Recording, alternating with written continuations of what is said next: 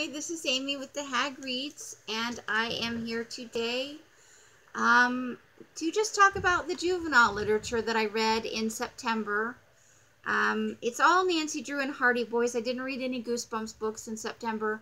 I finished a series of unfortunate events, so I don't have any to list here because I read them prior to and reported on the completion of the series before the end of September. So, I read 3 Hardy Boys books, and the Hardy Boys books are by Franklin W. Dixon. I read A Figure in Hiding, The Secret Warning, and The Disappearing Floor, 16, 17, and 18. A Figure in Hiding was, I think this is the one where they had the symbol of the eyeball, and they were kind of running around trying to figure out, they had got this kind of cryptic message from one of their father's informants, and so gang of thieves, shenanigans, you know, pretty par for the course. The Secret Warning, which was number 17, was a seafaring Hardy Boys mystery. Hold on, please. Okay. Sorry, my son just brought me something. Takes place largely on Whalebone Island. There's some scuba diving, a pirate treasure, a map.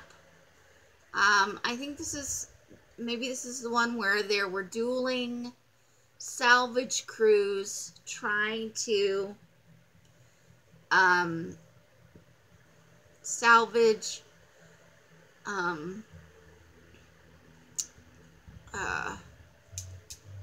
a solid gold Egyptian, like the head of a pharaoh or something like that. And then there was jewel thieves involved, so it was very adventurous and dangerous with all the scuba diving and pirate treasure and all that. The Disappearing Floor, number 19,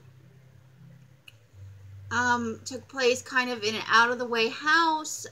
There was more a jewel thieves going on, and they had kind of a unique way that they were taking care of things. That was a big mystery that they were trying to solve as part of this mystery. A kind of a missing scientist, and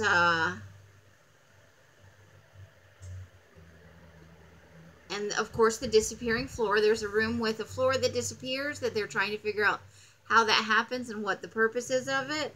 And then there's a summer house that has fallen down where it's just a floor, but sometimes you can't see it and sometimes you can. And then Chet is convinced that there's a ghost. So, shenanigans as usual. And then I read I read 5 Nancy Drew books.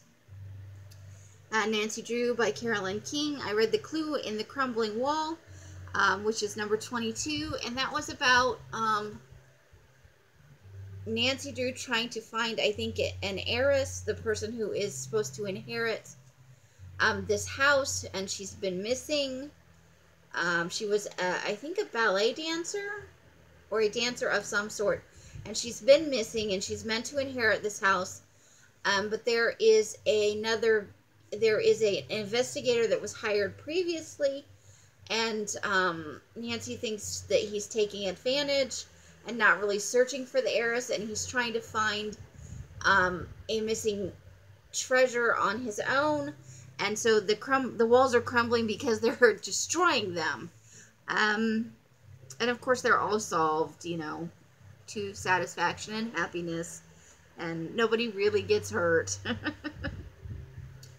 In The Mystery of the Tolling Bell, the girls have gone on a kind of vacation, and they're helping out a woman who runs a tea shop because her staff keeps kind of flaking out on her.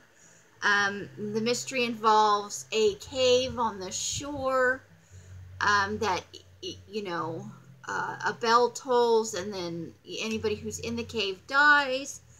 And then there's thieving going on, and so there's a big mystery involved with some bells, and then this creepy bell. In The Ghost of Blackwood Hall, There's kind of ghostly, spooky stuff going on, but you know it's always an unmasking at the end. And the clue in the chimney was kind of about exploitation of immigrants, which was different than most of the other ones.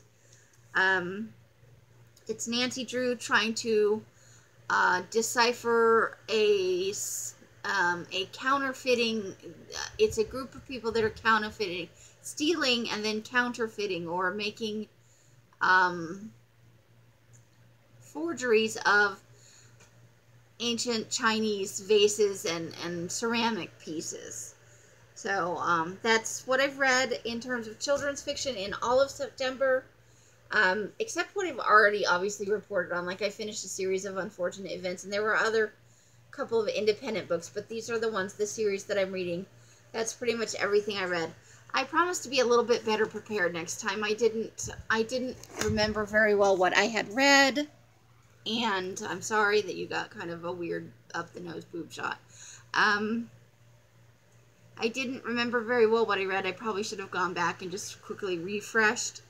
But, you know, they're all kind of the same. With the Hardy Boys, it's very often thieves, spying, and that sort of thing. With Nancy Drew, hers are a little more involved, I guess, usually. Like the clue in the chimney, it involved her looking for something for one person. She's often working on 2 or 3 mysteries that all tie together. Whereas the Hardy Boys, the one with the disappearing floor and the secret warning, those did have kind of multiple aspects, but most of theirs are pretty straightforward. It's a ring of thieves. It's a, you know, you can tell there's kind of the Cold War influence with all the fear of spying and spies breaking into, you know, factories that are manufacturing for the government and that sort of thing. So you get more intrigue, I think, with the Hardy Boys. And with Nancy Drew, you get more personal, her genuinely trying to help people in difficult situations. And so that's kind of the separation there in terms of male-female mysteries. I enjoyed all of them. I always do. And that's all I have for this video. If you've watched to the end, thank you so much. I will be back tomorrow with another video. And of course, I am definitely enjoying Spooktober. I will see you all soon. Have a wonderful whatever time of day it is for you. Bye!